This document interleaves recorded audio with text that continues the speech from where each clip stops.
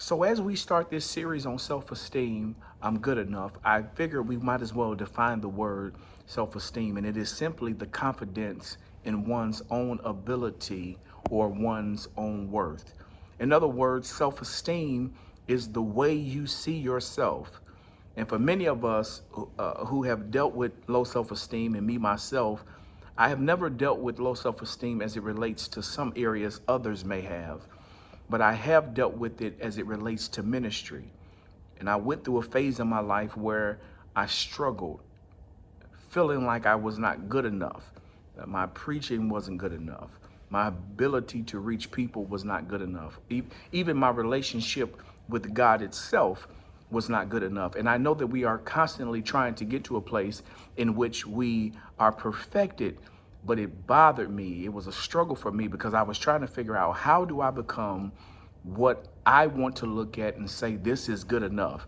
And many times we are harder on ourselves than what other people are. They will cheer us on, they will feel like we're doing great. And while we are dealing in our own heads and in our own minds, we are struggling because we're saying to ourselves, I know it could be better. I know I could be greater. There can be something more. But today I really want you to face yourself and to say to yourself, how do I really see my own worth? What is my own worth? And I can't deal with the word self-esteem without dealing with the word that comes to mind with two words, and that is security and insecurities, right? When you deal with these words of having self-esteem, we deal with having insecurities and being secure. And so my analogy I want to present to you as we dive into this is to think about a person, an individual who is sitting in a booth.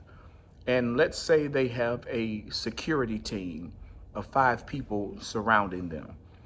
At that moment, in order for anyone to get close to them or to get next to them, you would have to get past their security in order to get to them.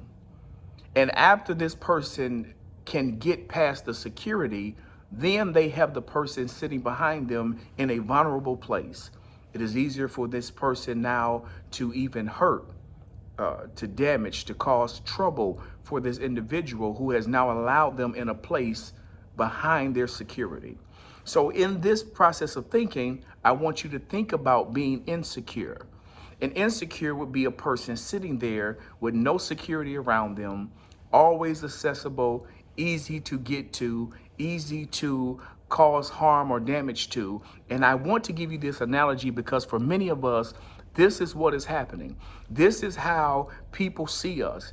I know we think no one sees our insecurities. We think that we're playing it off well. We're hiding it very well. Nobody knows that I really feel like my ministry is not sufficient. Nobody knows that I really feel like I'm not good enough. But the truth is I've seen insecurities bleed from the actions of people, that it comes from out of your pores. No different how they say, what you eat will come out. This is one of those things that we can try to hide it, but it starts to affect our confidence. It affects literally self-esteem, our worth.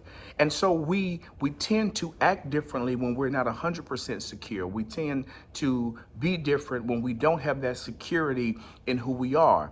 And so there is this battle where we must fight daily, that I want to be able to look in the mirror and to struggle with myself personally, because see, I would rather face the mirror and be honest with Christ. I would rather deal with me, the truth of who I am, talk about what I need to work on. Because when people do it, often people are going for the juggler. They're not usually doing it out of love. There are people who want to help you out of love, and they want to reach you in that deep place so that they can help you and they won't harm you. But people will go for you in a way. I tell my son now, there's a particular thing he don't like for people to call him. And so whenever you say it, he gets really bothered. But I told him, I said, when people find out that that is your insecurity or your weakness you don't like, they're going to use it every time. And so it's not about building this thing of, let me get on the defense. Nobody can get next to me because you're going to try to hurt me. I think that's a sad way to live life. That's a very uncomfortable place to be in through life, where you feel like you can't trust anybody. And I definitely want to put a disclaimer on that. I don't want you to feel like that is how you should be, because ultimately you're going to be living a horrible life if you can't just trust people. I want you, though, to understand that whatever our insecurities are, whatever yours is, you have to literally look at that thing in the mirror and address it for what it is. In my transparency, I remember when I lost my uncle, Prophet Rico Butler, and I didn't even understand it, but I realized as time went on that I began to feel vulnerable as it related to ministry, because he was the one I was looking to for approval to say I was good enough. He was the one that I wanted to know he approved of what I was doing, and how I preached, and my progression in ministry, and where I was going. And so when he passed, I noticed that because there was not the affirmation that I was used to getting, or the ability to reach out and to hear him say, man, you're doing a great job, keep going, or to tell me any advice, that I started to feel like I was exposed to the world, that my ministry was on just one leg. It was barely standing, because I had no one to validate the who I was. And so this is just transparency, right? We're being honest. And so I believe that began to bleed off into other areas in my life where I struggled because of one thing. And so we have to realize that our insecurities will ultimately cause other areas in our life to struggle and to be weakened. Your insecurities, if you take, and this is a common analogy, but if you take a house, right, and you put it, some of the houses down in Florida, you put them on they put them on the big stilts, and I can't think of the terms, but like the big wood blocks, right? You knock one of those down, the house may still stand, but you better be sure to know it's weaker. The more you knock the legs off of that house, I don't care how beautiful the house looks, it's going to ultimately fall, because there is no sure foundation of what it is. And so this is all I'm saying to you. No, I'm not telling you to confide in me, or to confide in everyone how you feel. This is a series literally about looking in the mirror. This is something I had to do. Looking in the mirror and saying, listen, this is where you're hurting at. This is where you're struggling at. This is why you don't feel like you're good enough. This is why you question if your ability is at the level it should be. Your own worth doesn't appear to be as much as it should be to you. You have to look in the mirror, address this thing, and say, listen, I'm going to fight this daily. Let me affirm myself. And yes, I hear we say this, but you don't have to look to people to give you affirmation, right? But as a human being, we often need people to validate or to affirm who we are.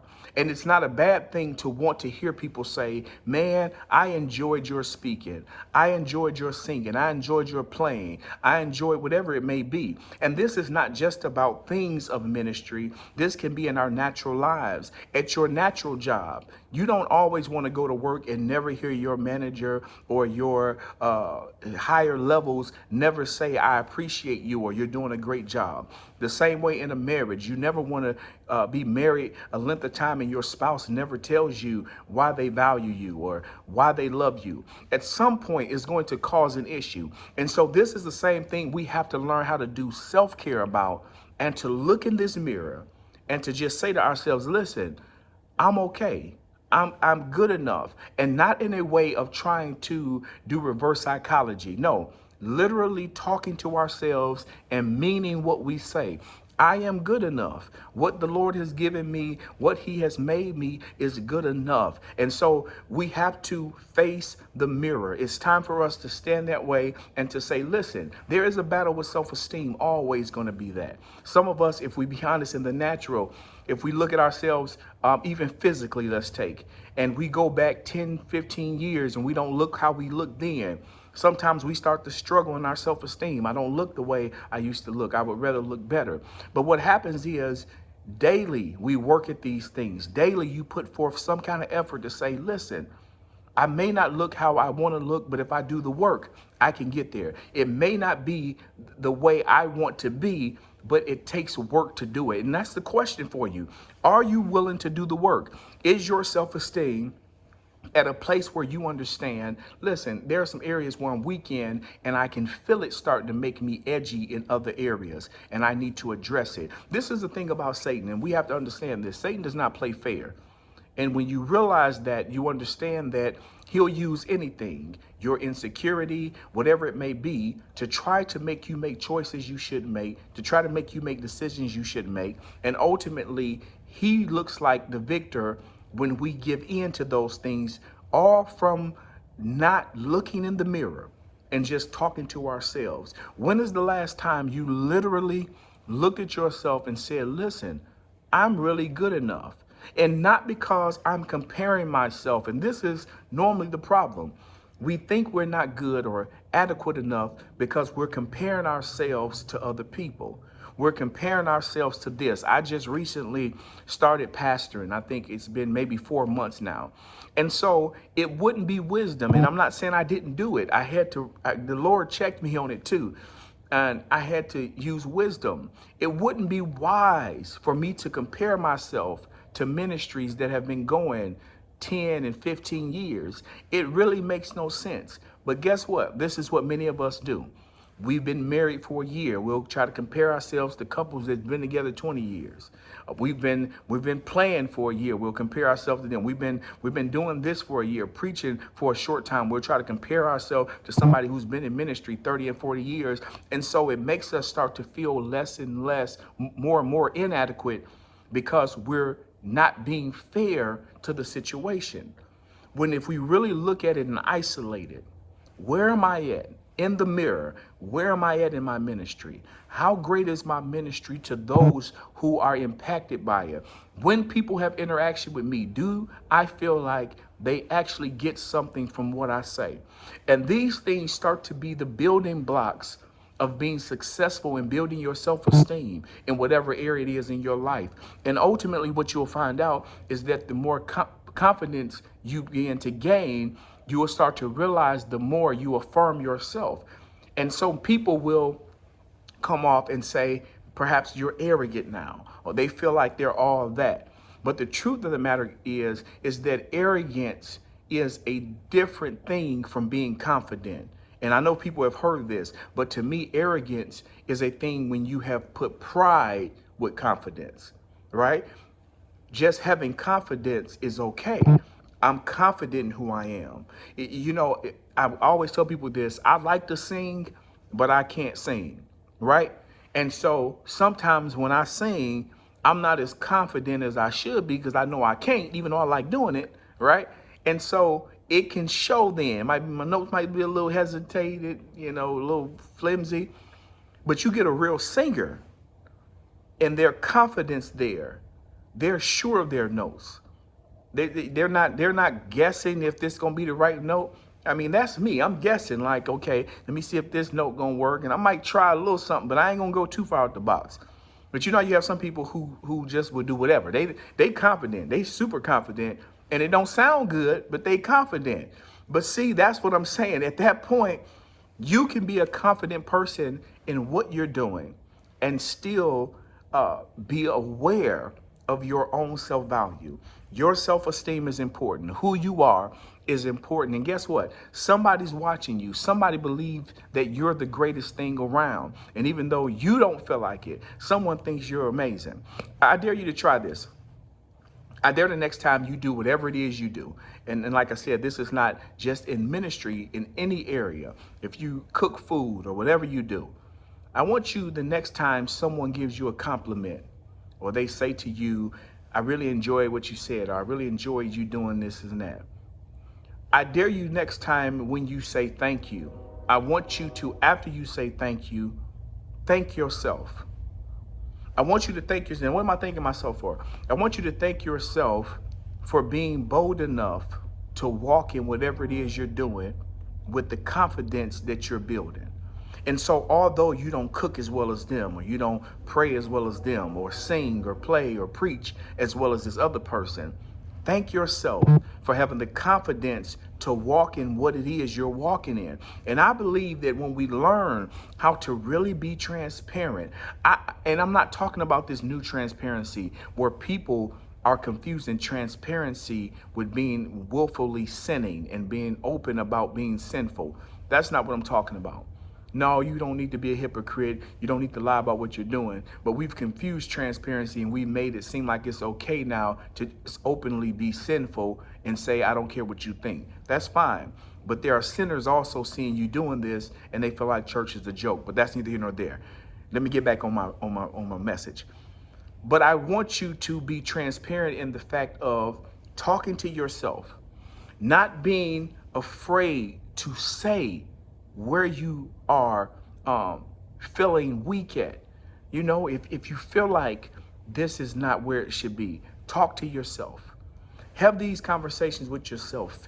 Feel free to look in the mirror and say, listen, I want to be better here. I want to do this better. And what you'll realize is that talking to yourself is not a bad thing. You will see that you are willing and more likely to be honest with yourself than anybody else because you know it's between you. There are probably certain thoughts that you've had with yourself that you probably never share with anybody because it's yourself. You can trust yourself not to try to hurt you. Like that analogy with the security. When you're there by yourself, even without security, you know you're there by yourself. At the moment people introduce themselves into that, then there's likely a likelihood that something can happen because now you're exposed to the elements of people and what they think and how they feel. But I want you to be confident in what you're doing. And I don't want to make these videos too long, but I do want you to remember this one thing. You are good enough. How do I know? Because the battle with self-esteem starts with you declaring that you're good enough, with you saying yourself, I'm good enough, I'm gonna be all right, I'm gonna make it, I'm gonna be great, I'm not worried about it, I'm gonna get where I'm trying to get. And guess what? If no one else believes in you, the junior doctor believes in you. I believe in you. I believe you can do it. You have what it takes to be great, and you're going to make changes in your life that are going to push you to the place where you can say, I have the ultimate self-esteem in who I am, and I'm becoming a better person. Listen, I thank you for watching this. I hope you were blessed. I hope you will share this with someone who you may feel may be blessed from this and maybe just hear it. Maybe they're struggling with something you don't even know. So share this on your page. Let somebody know. Listen to this guy talk about self-esteem. It may help you a little bit. And even if you don't think they're struggling with self-esteem, perhaps something I said will spark something in them. So until next time, we'll see you in the next part of the series. God bless you. I love you. There's not a thing you can do about it. God bless.